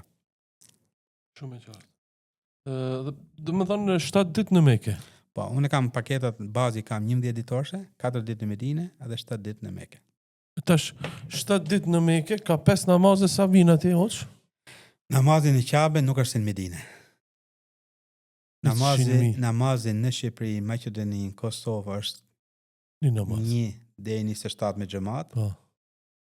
Kurse në Medine sa tham 1000 namaze. 1000. Kurse në Qabe është 100.000 namaze. Allahu Ta akbar. kthesh në vite, kalkulimi 83 vite, 84 vite. Allah. Namaz. Mjallë, një sabah në Qabe është 83 vite sabah në Shkup, në Maqedoni, në Kosovë apo kuda. Dhe më thonë 100.000, 6 numra. 1, 0, 0, 0, 0, 100.000. 100.000 namaz. 100.000 namaze në Qabe. Këto kemi shpërblimi që Allah s.w.t. ka dhënë për vizatorët e Qabes, 100.000 namaze në Qabe. 7 ditë. Her 5 namaze, 35 namaze. Her 100.000, 3.500.000. 500.000. Që këtë kalkulim me miliardat të japësh, nuk të jep njëri. Pashallah. Po kush e vetëm madhëria. Ditën e gjykimit. Si se ceka edhe për Medinë. Ditën e gjykimit. Ne kena murin gjallë ketë. Se ne ketë kena me vdek. Qështu pajtojemi ketë. Edhe ateistat, edhe besimtarët. Pajtojemi në faktin që ketë kena me vdek. E besojmë vdekën. As kush nuk do të mbejt gjallë. Ditën e gjykimit, kur do të rinjallemi. Ai që është falë 7 ditë për shembull në Mekë, me do të thonë 3.500.000 namaze i konsideron sikur ti kish fal 3.500.000. Po aty do t'i rënohe peshorja shumë, alhamdulillah, Allah na mëson. Edhe plus që fali gjunahesh. Edhe plus ato plus po. Lodhja, sakrifikica, vapa, sikleti, të janë pastrim gjunahesh. Allahu akbar. Allah s.w.t. në një dorë të shton sevapet, në dorën tjetër të pastron gjunahet. Mihat, kjo është mirësi që Allah s.w.t. të jep. Njeriu Dikush thot nuk ka mundësi nga ana ekonomike për të bërë umra. Sikur një paket dohane që bidahon ta lej në ditë për hir Zotit dhe këta 2 era, 3 era të paketet t'i fusin në kasafort për të bërë umrën, Allah s.w.t. ka përmësuar që ta bëj. Edhe çka fiton? Me këtë paket që lanë, u largu nga i gjunaf, u afru ma shumë Zotit, fitoj 3.500.000 namaze në Mekë, Allah s.w.t. i fali gjunafet, i pranoi umrën, siç thot pejgamberi s.a.s. Nga umra në umra është fali gjunahesh. Umra në Ramazan e ka shpërblimin si një hax me pejgamberin sallallahu alaihi wasallam. Nuk e ke hax as me Idrizin, as me Sunullah, as me një, por më ke hax me pejgamberin sallallahu alaihi wasallam. A nuk të jepi ti gjithë pasurinë tate, gjithë energjinë tate vetëm ta shikoje pejgamberin se nga afër. Kurse shpërblimin Allah subhanahu wa taala po ta jep hax me pejgamberin sallallahu alaihi wasallam, edhe ti nuk po kërcen diçka nga çështjet e kësaj dhunjaje për të fituar kënaqësinë Allah subhanahu wa taala dhe për ndëbinë tënde. Po, valla. Kjo Islam, kjo fe, si me ne, si pa ne do ngrihet, do triumfoj. Islami s'ka nevojë për ne. Ne kemi nevojë për këtë. Qabja s'ka nevojë për ne. Ne kemi nevojë për qabe. Por kur shkem qabe dhe diçka do ta di, ta kemi kujdes. Dhe unë kam vite dhe kam shumë eksperiencë me umrëgjit. Unë vetëm vitin e sezonin e kaluam 2025-2026 kam pas mbi 4.000 veta. Dhe të kalosh 4.000 veta nga durët e tua që të 4.000 veta unë i kam shërbyer 99% me durët e mia, kam eksperjenca. Në qabe kur shkohet nuk adhurohet qabja. Këtu duhet kemi kujdes. Si ka thënë Omer radiallahu anhu për gurin e zi. O gur, mos kisha parë pejgamberin sallallahu alajhi wasallam duke të puthur, kur nuk do të puthja. Pra ne e bëjmë, e puthim gurin e zi, sepse kështu na ka mësuar pejgamberi sallallahu alajhi wasallam dhe kështu ka vepruar pejgamberi sallallahu alajhi wasallam. Dhe ka njerëz xahila, ignorant, që marrin majicat, bluzet, robet, këmishat dhe fërkojnë qaben për të hesmar. I kum pa me si. Kjo nuk lejohet në fen ton të bëhen ta gjërat. Kemi kujdes nga kjo. Mundohemi që të kemi të bëjmë mirë, por mund ta zemrojmë Zotin. Dhe zemrimi i Zotit në shtëpinë e Zotit nuk është si zemrimi i Zotit në vende të tjera. Të kemi kujdes kjo. Pra ne shkojmë për të adhuruar Zotin e Qabes, jo Qaben, të ndajmë çështjen e adhurimit, por të kemi edhe kujdes që të bëjmë veprat ata që don Zoti. Nëse ke diçka pa qartë ose ke pa një diçka dyshimet, është shumë e lehtë sa të pyesësh hoxhën e grupit, udhëheqin e grupit, hoxhën e tat, kontakti me hoxhën tat kur ti je nga xhamia që vjen, pra me je xhamati X hoxhe, shkruaj hoxhës tat orë për shikojnë në qabe që po bëhet kjo vepër. A është e pëlqyeshme, a lejohet nga ana fetare si është? Hiqe përgjegjësinë para Zotit, që edhe nëse ta jep hoxha xhavapin gabim, i boje, sepse mund ta japi gabim, si çdo njeri që mund gaboj, përgjegjësinë ma hoxha, s'ke më përgjegjësi para Zotit ti. Po më pak në mos e merr gozimin të bësh një vepër ti pa konsultuar me një më ditur se ti për çështjen përkatëse të asaj çështje që ti do më bër. E ke lehtë, shumë lehtë të pyesësh edhe veproje. Nëse ke diçka dyshimet, mos vepro, qoftë as kur të duket e mirë në syun tënd. Mos e vepro pa konsultuar me hoxhën përkatës që ti ndjek apo që ti këshillosh gjithmonë gjatë jetës tënde. Hoxh, ndoshta të rikthejnë atë humbje, kanë frikë disa që do të humbi atje. Në qabe nuk humb njeriu, edhe me humb në gjindit. E ke bexhin apo jo? Si nëse humb dikush, çfarë duhet të bëj? Çështja e humbjes unë e kam me bexha. Dhe kam emrat e 2 hotelëve në Bexh. Dhe kam bërë kohët e fundit se teknologjia po ecën përpara, kam bërë dhe barkodin ose skanimin e lokacionit të hotelit, jo me shkruajtje, por vetëm me skanu barkodin dhe të del direkt lokacioni i hotelit. Edhe sikur mos ka humb bexhat, e kelon diku, ke marr abdes, e kelon ka abdesonja. Vesh me shkuar ke zyrat e informacionit të që janë çështjet e haremit. Ki pratat e polic. Jepi vizën dhe ai të nxjerr ty nga ke ardh, cilën avion ke ardh, ku ke hotelin Mekë, ku ke hotelin Medinë, sepse në hotelet kur i marrin vizat, kur i printën vizat, i deklarojmë sistem. Që ky person do futen filan hotel dhe ata komunikojnë me ne Edhe ne I çojmë njeriu, nëse ai nuk din është I moshuar apo kështu, I çojmë njeriu, I themi ku je, në cilën vend je? Filan vend, filan der qabe, filan rrugis ose filan vend. Ne çojmë njeriu përgjithësin e grupit, e merr dhe e sjell në hotel. Pa pas nevojë fare për panik. Është diçka e zgjidhur. Gjithkush ndihmon atje. Po, patjetër. Është interesant se në Mekë qëllimi kryesor I gjithkujt, siç edhe gjithkush ndihmon, qëllimi kryesor I gjithkujt. Po. Është që të bëj vepra të mira të kënaqë Zotin, edhe me ndihmu dikë, mi do tregu rrugën, kjo është nga vepra më të mira që Aliu radiallahu anhu e ka pas pëlqyer shumë. Po. Kjo ke pyetja rreth humbjes e dyta që dashta me vet për gurin e zi, vlera e gurit zi, e ceke pak po? Po, vlera e gurit zi është siç ka transmeton nga Umer radiallahu anhu që thotë që ne të putin sepse kemi parë pejgamberin sallallahu alaihi wasallam duke të putur. Dhe nuk ka ndonjë argument tjetër. Disa ka transmetime po që do dëshmoj fytyrën ta të ditën e gjykimit, kush ka ke gurizia do dalë dëshmi ditën e gjykimit që ky ka qenë qabe. Po. Ka ashtu. A më rëndësishme është hadithi I profetit Omer radhiyallahu anhu që kemi pa pejgamberin sallallahu duke puthur, edhe mjafton kjo që ne do puthim ashtu siç e ka bëu pejgamberi sallallahu alaihi wasallam. Hafiz Idris, deri tash shumë bukur e ceke fjalën misafiri I Allahut. Kjo më pëlqen shumë. Domethënë përgjegjësia ndaj misafirëve të Allahut. Njerëzit vinë në umre për shpirtin e tyre. Çfarë do të thotë për ty të shërbesh misafirëve të Allahut që të ndihen të qetë dhe të respektuar? Për mua, radhë parë, do të thotë privilegj. Që Zoti më ka përzgjedhur nga miliarda musliman, mund t'i shërbej mysafirëve të tij. Dhe në radhë dytë përgjegjësi para Allahut. Allah s.w.t. nuk do më pyesi më ditën e gjykimit sa fitohet ti me këtë grup. Por do më pyesi sa I shërbeve këtij grupi. Dhe kjo përgjigje nuk e di a do jemi përgatitur në ditën e gjykimit që ti përgjigjemi Allahut. Por do mundohem që kësaj përgjigje ditën e gjykimit të përgjigjem veprat e mia dhe jo goja ime. Pra që unë të përgjigje ta përgatis në dunja me veprat e mia që ta kem gati për në ahiret. Një ditë do vdesi. Kanë qenë agjencione të tjera para nesh.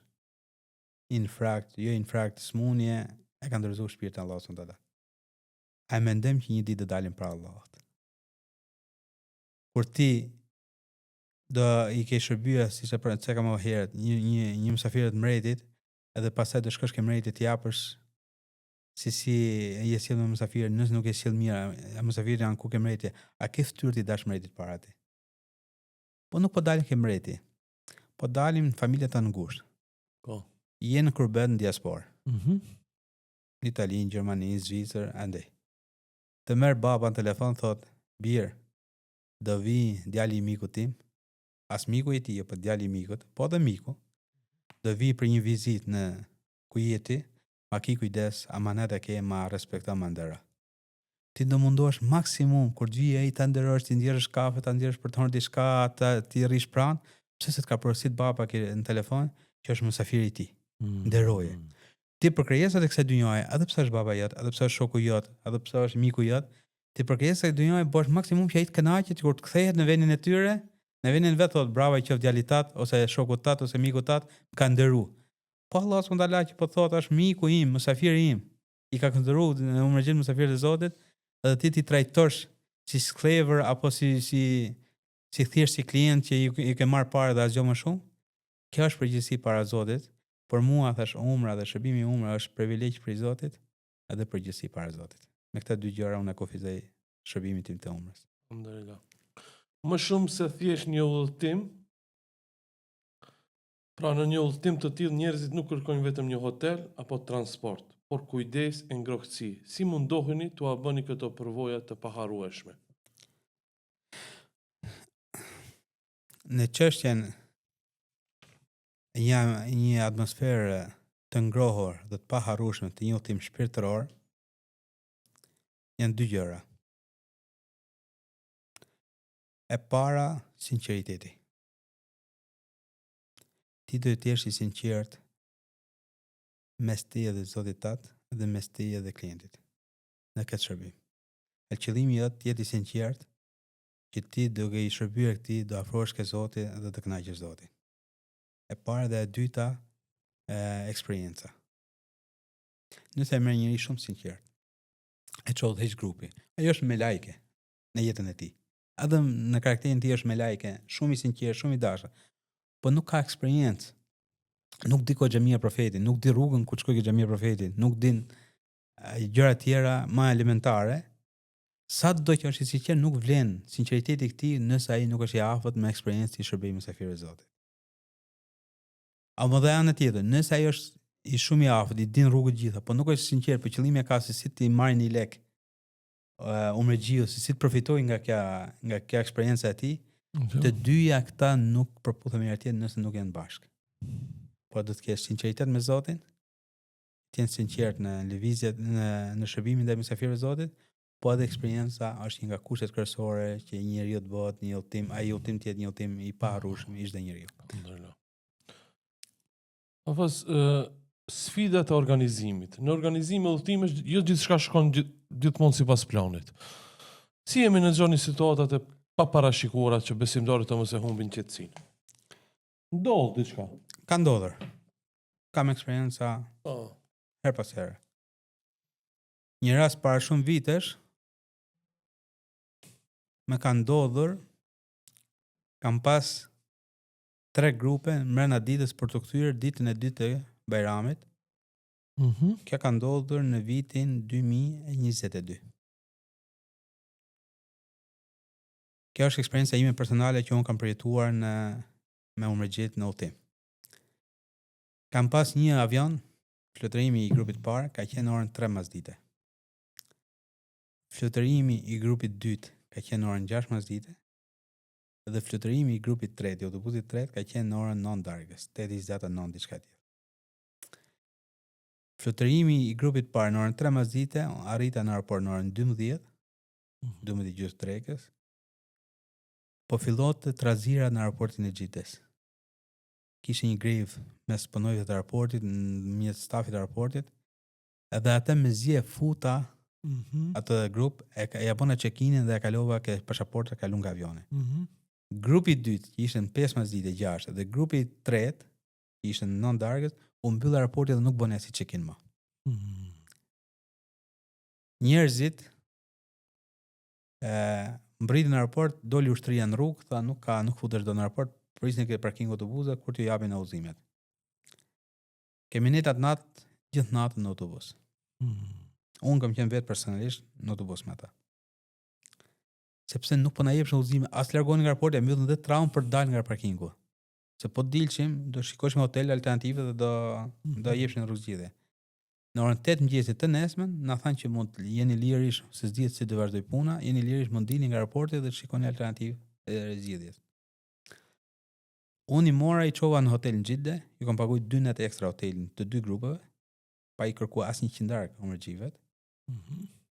Derisa na erdhi konfirmimi nga aeroporti mas 2 ditësh që u rikthym prapë në aeroport, bëm bileta të reja, check-in të ri, pa i kërkuar asnjë gjë, asnjë dëmtimi umregjivet, edhe i kthyem në vendet e tyre, duke i kërkuar dhe falje.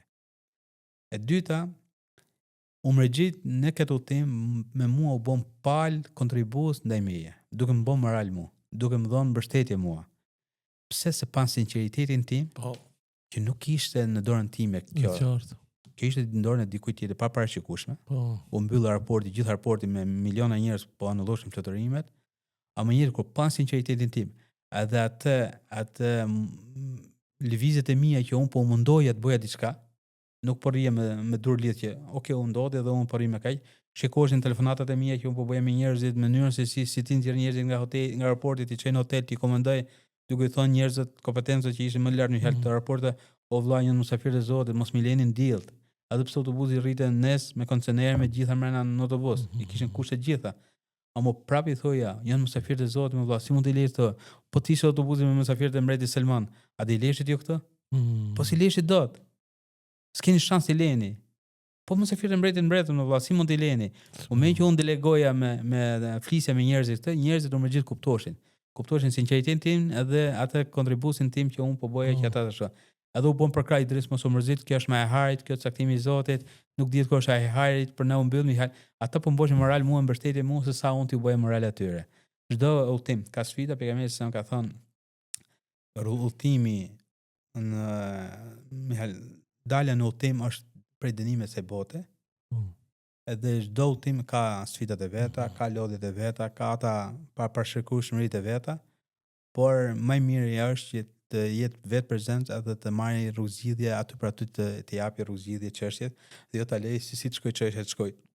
Po, ka pas raste, 2-3 raste kanë qenë para disa vitesh, më qa goma autobusit mes rrugës.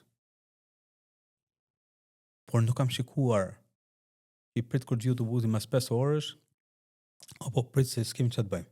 Ju ko marrë taksi, kush vite makina rase, taksi 5 veta, merë nisu. Që leket, het. I këndon rrugje, nuk kam pa kosto në këtë aspekt. Ose një rast tjetër, një sfidë tjetër, ka qenë një grup i Maqedonisë ka qenë, ju kështë premtuar ke hotelet që unë ka, hotel ekonomik, edhe pse thash kushtet i ka shumë mirë, po ke ekonomik pa e qyj për shkak distancës largët. Hoteli si ndodh, jo po departamenti i rezervimet ka pas një gabim, ka fut një grup tjetër para tij edhe ka ngatru listën dhe s'kishte dhama më. E kam marr grupin, e kam çu ke hotelet pranë Qabes, me një kosto, ka qenë grupi humbjes e kosto 25.000 euro, humbje kosto, po qëllimi nuk ishte as parja, as që qëllimi ishte që musafiri i Zotit që kishte ardhur, ju kishte thënë Zoti lebejk Allah më umre, mos u maltraton edhe mos u lidhen rrugët, pa marrë parasysh ekonomia. Kush futet në biznes vetëm për të fituar ka humbur. Qartë. Në biznes i ka dhe humbjet e veta, ngritjet e veta, uljet e veta. Kur imani i njeriu besimtarit ka uljet e ngritjet e veta, edhe gjatë kësaj dynjaje nuk kanë uljet e ngritjet e veta, ama qëllimi i kësaj kryesore është që ti ke dalë për Zot, si thon fjalët, ti ke dalë për sipër kësaj pune, duhet të ti shkosh deri në fund dhe ti qëndrosh pranë. Umërgjit për mua janë si jetimët. Që e ke marrë një kontingjent me jetim, ata nuk kanë as bab as non aty, ti je bab dhe non për e tyre. Edhe pejgamberi sa më ka thënë, kush kujdeset për jetimin është dhe jetë në xhenet si këta dy gishta me mua. Por kush kujdeset për musafirët e Zotit? Çfarë shpërbimi do ketë? Mjalë, nëse ti je i sinqert, çdo lloj sfide, Allahu t'i jep rrugëzgjidhje dhe i zbut zemrat e njerëzve që ata ta mirëkuptojnë as sikletin. Nëse nuk je i sinqert, gjë më të vogël ta bëjnë madhe. Nëse kanë vetëm i përshirë ke dhoma, që një vetëm një të madh nuk kanë vogël, kur ata shikojnë që ti nuk je i sinqert për jetë dallaverxhi në shërbimin tat, ata ta bëjnë sikur dhomë nuk ka kravat, jo shpeshherë. Aq të madhe ta bëjnë probleme sa që thosh që ke dhoma s'ka asnjë gjë, soba s'ka asnjë gjë. Sepse shikojnë që ti nuk je i sinqert në shërbimin tënd. Në moment që je i sinqert, ata të vinë me dashamirësi, thonë apo Allah ti përshësojmë, por kjo na mungon ose kjo na duhet, a mundet që të bëjmë pa të vënë siklet, të kërkojmë falje që po ta kërkojnë një shërbim që e kemi për detyrë me e bë. Kur ata shikojnë sinqeritet, kur nuk ka sinqeritet pastaj, kur mund të i lesh në rrugët pastaj pa përgjegjësi këta, pastaj kjo është diçka tjetër. Që Allah mos na bëj prej tyre që ne t'i lejmë njerëzit e Zotit në rrugë. Po, amin. Po, kjo ishte edhe Zoti pyetja e 9, koreksia dhe fjala e dhënë. Ajo që premtohet para nisjes duhet të gjendet edhe atje. Sa e rëndësishme është koreksia për të fituar dhe ruajtur besimin e njerëzve?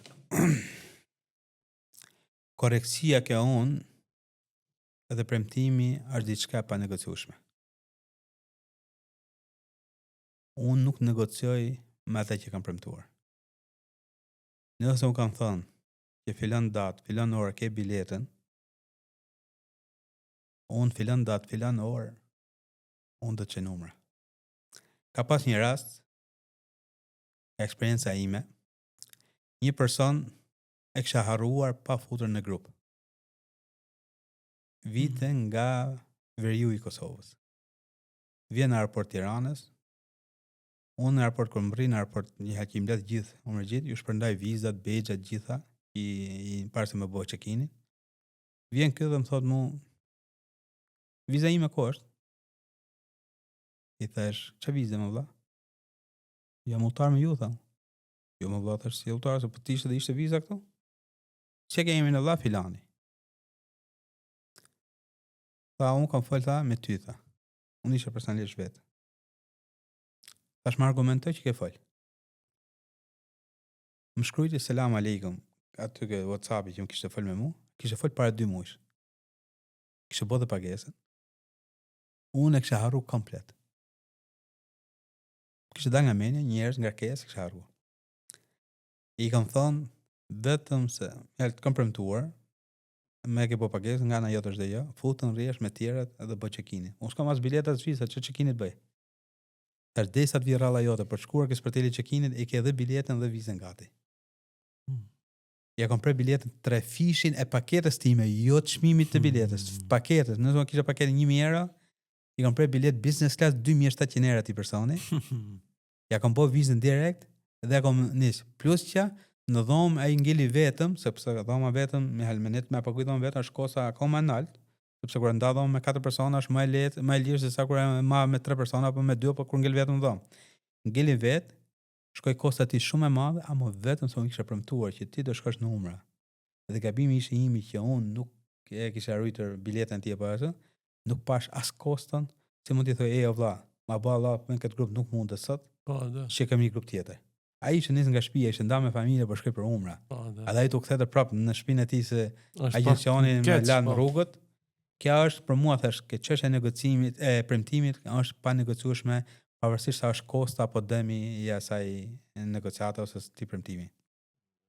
Momentet që nuk harohen. A ka ndonjë rast apo ngjarje me ndonjë umrëzi gjatë vizitave në Mekë apo Medinë që të ka mbetur veçanërisht në mendje? Po, ka. Një rast është një motër e nderuar e cila ka ardhur në umra edhe ishte me kancer. Subhanallah. Erdhi edhe më tha, ka dhënë jetë sipas analizës doktorit të spitalit 2 muaj jetë. Subhanallah. Ishte me tumor në kokë. Of. Unë tha du tri, tha sa mundem hanë qabe që paktën këta ditë t'i kalojnë qabe. Ky rast ka qenë në 2015. I thash sa do menet, tha unë mundësinë ekonomike, se ka herë të kur i humb shpresat për jetën, nuk ke pse të investosh më. Pse të harxhosh lekë kosa, unë do vdes sot. Po, da. Ai kishte paguajt paketën për 10 ditë. I thash unë do ta paguaj 20 ditë tjera, do rrish 1 muaj nëse do. Ka një 1 muaj në qabe, lutu, ujë zemzemi, namaz, adhurim, istikfar Zotit. Por krima si muaj, në vendin e saj, ka shku për të bërë kontrollin e rrallës. I ka thënë doktori, ti nuk je si dhe smuni, as kancer, as i gjë. Allahu Akbar. Subhanallah. Edhe, po si ka thënë, në laboratorin në analizat e reja, ti je pastruar me komplet. O shëru nga kanceri. O shëru dhe sot ajo është gjallë. Sot 2015 tash jemi 2026. Gjallë është. Gjallë. A ka shku me pa shpresa mo? E vdekur. Jo shpresa, i ishte thjesht të adhuroj Zotin në ditët e fundit të jetës time. Jo për të shëru. Aja erdhi për ta mbyll jetën e saj me një umra ose me një adhurim E Zotit. qartë. U kthy e shërume.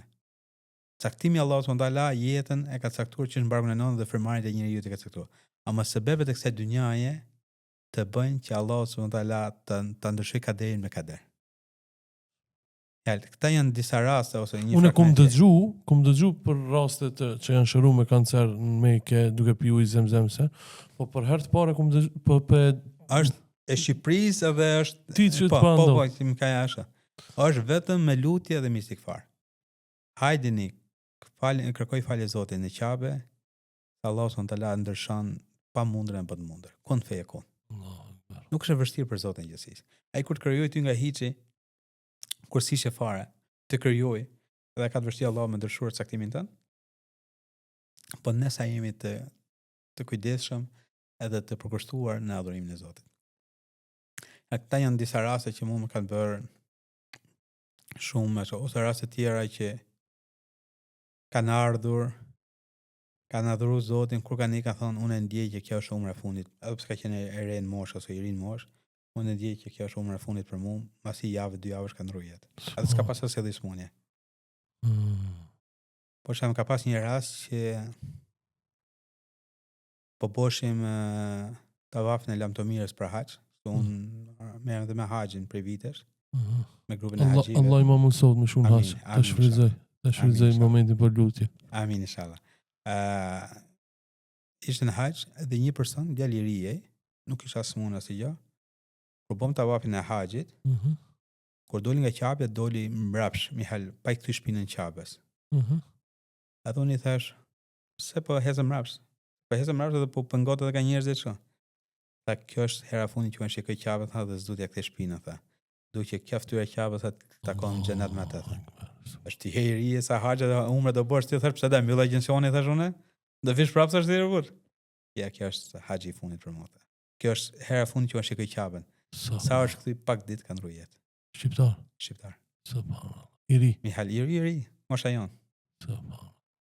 Allah im shëroft. Amin inshallah. Mihal, ka raste të tilla që Allah subhanallahu të jep ndjesi që ti do më të afru pranë vetes, Mihal Zoti do të më të afru pranë vetes që ti ta mbyllësh këtë jetë duke kënaqur Zotin e gjithësisë. Ata janë disa raste që mua më kanë lënë përshtypje që ashtu. Hafez Idris, Hoxh Idris, këshilla për ata që nisën për umre. Çfarë duhet të ketë parasysh çdo besimtar përpara se të niset për në vendet e shenjta, që të shijoj maksimalisht në udhëtimin atë udhëtim shpirtëror. E vetmja parasysh që do të kenë umregjit në vendet e shenjta është përgatitje shpirtërore, që ta qetësoj veten, çdo që ti ndodhi, në udhtim, çdo lloj sfide ta ketë parasysh. Mos i japi zor vetes, po ç'a ndodhi me mua, pse më prish kjo, pse më prish terezia. Dhe e dyta, këshilla më kryesore është që ti përkushtohen adhurimit të Zotit në ato vende dhe të lënë me një anë qendra tregtare, të harxhën kohën në qendra tregtare. Se nëse e merr për 7 ditë një umregji, po flas në përgjithësi, jo në veçanti. Nëse e merr 7 ditë herë 24 orë, që bën 160 orë, 68 orë. E 168 orë, po ti mlesh me minuta, me dakika, mund t'i kenë kalu nga gjithë kohë, mund t'i kalon 2-3 orë në qabe. Me namazin e me këta. I 30-40 orë kanë kalu në qendra tregtare, ja po të shikojmë dhe këtë, ja po të shikojmë dhe atë, ja po të ikim dhe këtu, ja të ikim dhe atë. Edhe i ka ikë koha më shumë për gjërat e kësaj dynjaje dhe jo për ta shohur. Gjërat e kësaj dynjaje ka Shkupi, ka Tirana, ka qendra tregtare sa dush. Shkon Dubai për dynjaje. Dynjaje shka gjithandej, edhe qapja është luksi i ibadetit. Nuk është luksi i materialet dynjas. Prandaj që kush do që ta shijoj Qaben, të përqendrohet sa më shumë në Qabe, dhe e dyta është që këshill të sa më shumë të redaktoj video dhe fotot live nga Qabja, sepse i heq përkushtimin ndaj adhurimit, por i merr kohën telefon. Nuk po themi, nuk jam në atë mendimin ekstrem që ndalume diçka, foto, ndalume video, foto për kujtim edhe video për kujtim, po, ama jo gjatë gjithë tavafit, 7 xhirat e tavafit, nga 7 xhira, 6 xhira ti e ke marrë telefonin në foto, xhirën e fundit e ke marrë me pa kosh hoxha apo del ke drita jeshile, gjelbër apo s'po del, edhe ti ku ti tavafi pa e di se çka ke bota tavaf, vetëm si ke ardhur si aja kafsha në lomë, si themi ne, vetëm ka ardhur për dall, po pa e kuptuar që çfarë po bën ibadet. Ja, këtu mundohemi sa më shumë që të reduktojmë gjërat e kësaj, dhe të përkushtojmë adhurimin e Zotit, sa aty do gjejmë qetësinë shpirtërore. Edhe një përfund, një mesazh për mbyllës, nëse do t'u alije ndjekësve tan, vetëm një mesazh nga kjo bisedë sot, cila do të ishte ajo? Mesazhi që unë do i leja ndjekësit të juaj po dhe të mit, në këtë bisedë është mundoni të shtoni vizitat e Qabes. Pa marrë parasysh, a shko individualisht pa agjencion, a shko me agjencion, nuk është pyetje kjo. Pyetja është mundoni të shtoni si mysafir të Zotit. Shpeshtoni mysafir të Zotit. Dobit e umrës, siç e thash, nga umra në umra, ka thënë pejgamberi sallallahu alajhi wasallam, është falje gjunavesh. Kush bë umra shpesh, Allah i shton riskun. Ka pas njerëz që kanë ardhur 2-3 umrat e para, kanë qenë fukarej, ndoshta kanë ardhur me lëmosh në umra, sot ata mund të jenë menaxher biznese. Që unë i njeh personalisht. Qartë. Kjo çështja e umrës, unë e kam thënë sa herë dhe e ritem sa herë. Ardhja në umra nuk është që ka parë. Ardhja në umra ose shkurja në umra nuk është që ka fizikun. ardhja ose shkuarja në umra është e atij personi që Allahu ja ka bërë nasib me shkuar edhe ti e ke kënaq Zotin që Allahu ta ka mësuar. Me një vepër tënde, Zoti është kënaq me ty që Allahu ta ka mësuar. E themi këtë sepse po të shikosh një grup, kemi njerëz fukare që nuk kanë bukë me hor. Dikush ja ka paguajtur umrën, dikush është bërë sebeb ka ardhur. Kemi njerëz që nuk kanë shëndet mirë. Tash si ishte rasti e motrës që ishin prag vdekjes me dokumenta prag vdekjes edhe erdhi në umra. Kur në rrethin në njerëzit tonë ne ke shtëpia kemi lënë vllajën tonë që ka parë, është pasunik. Kemi lënë vllajën tonë që i ka shëndetin e plot. Kemi lënë dikë tjetër që i ka kohën e lirë. Në umër nuk shkohet vetëm ai që ka kohë lirë edhe ai që ka parë. Po në umër ka e shkohet ai që Zoti ja ka mësuar dhe sa ti ke bësh kaqet për shkuar. Pra mundohemi të shkojmë sa më shumë në umra për të kënaqur Zotin dhe për të fituar kënaqësinë e Zotit, sikur hiç mos fitosh kënaqësinë e Zotit, po veç problemi që e ke 3.500.000 namaze për 7 ditë, nuk i blet dot me asnjë gjë tjetër. Ja, të bëjmë gara për vepra të mira, edhe të shkojmë sa më shumë të adhurojmë Zotin në ato vende të shenjta. Hoxh, Idris, vitin e kaluam sa udhëtori ka pas Idris Travel, agjencioni? Elhamdulillah, falënderimi takon Zotit, dhe çdo sukses varet nga mirësia dhe forcia e Zotit, por edhe nga shkaqjet e njerëzit. Unë duhet të falenderoj Zotin gjithësisë për këtë sukses, edhe duhet të falenderoj gjithë hoxhallarët e nderuar, të cilët kanë ndarë nga koha e tyre e shtrenjtë, nga jeta e tyre e shtrenjtë. Gjën që mund t'japi dikush në këtë botë nuk është as parja e shtrenjtë, as gjë është koha. Këta 10 minuta, apo 15 minuta, apo 20 minuta, apo 30 minuta që ne jemi bashkë, si ti si unë me paguajt me miliona si kthejmë në jetën tonë. Ta një shans që një herë në jetë jepet. Ky 10 minuta një herë në jetë jepet. Sa do që ne të paguajmë për njëri tjetrin, ne nuk i kthejmë ta 5 minuta në udhtim prap. Nuk i kthejmë këta 5 minuta, këta 10 minuta ti kthejmë përsëri në jetë. Kjo është koha më e shtrenjtë që ne japim çdo kujt. Dhe kohën më shtrenjtë hoxhallarët kanë dhënë si ti çon njerëzin qabe dhe si ti kujdesen për njerëzit. Do t'i falenderoj shumë hoxhallarët sepse korrektësia e tyre, urtësia e tyre, morali i tyre i kanë bërë që njerëzit të nxiten akoma më shumë që të vinë në umra. Unë vitin e kaluar kam pas, elhamdulillah, falenderojmë Zotin, 63 grupe. 63 grupe për një kohë distance për 7 muajsh. Për arsye sepse 2 muaj para haxhit siç e di mbyllet rituali i umrës. Edhe tani haxhi është kohën e verës dhe mas haxhit njerëzit ka vap, jo kërbeqarët vjen këna jo dasma dhe këta. Edhe nuk janë shumë të interesuar për në umra. Po për një kohë rekord për 7 muajsh kanë qenë 4.423 duket. Po, 4.400. 400 plus minus. Nga 3 shqiptare. Unë atëherë kam zyrën në Tiranë, zyrën në Shkup, zyrën në Prizren, zyrën në Rhovec, edhe menaxherin tim në diasporë që është në Zvicër. Më thonë, këtë shqiptarët Këtë shqiptarët plus diaspora që thonë la ilaha illallah Muhammed Rasulullah jenë mirëseardhën në Idris Travel. Po nuk patën thonë la ilaha illallah, unë nuk i pranoj. Sepse umra e biznesi im është i biznes edhe adhurim njëkohësisht. Absolut. Nuk është thjesht biznes. Gjithë besimtarë shqiptar kudo që janë kanë mundësinë komunitetin në Maqedoni, kanë mundësi të kontaktojnë me menaxherin tim në Maqedoni, në Shqipëri me zyrët e Shqipërisë, në Kosovë me zyrët e Kosovës. Po të futen ke faqja ime Idris Travel Umra, i kanë gjithë kontaktet aty dhe paketet e umrës. Kontaktet, paketet, informacionet në Facebook, në Instagram, këti keni Idris Travel, atje gjithë shka keni informata. A ka ndonjë surprizë, hoq? Po kemi. Po si s'na leje më bërë edhe surpriza do me na nxjerr. Jam të e vërej që ka diçka surprizë.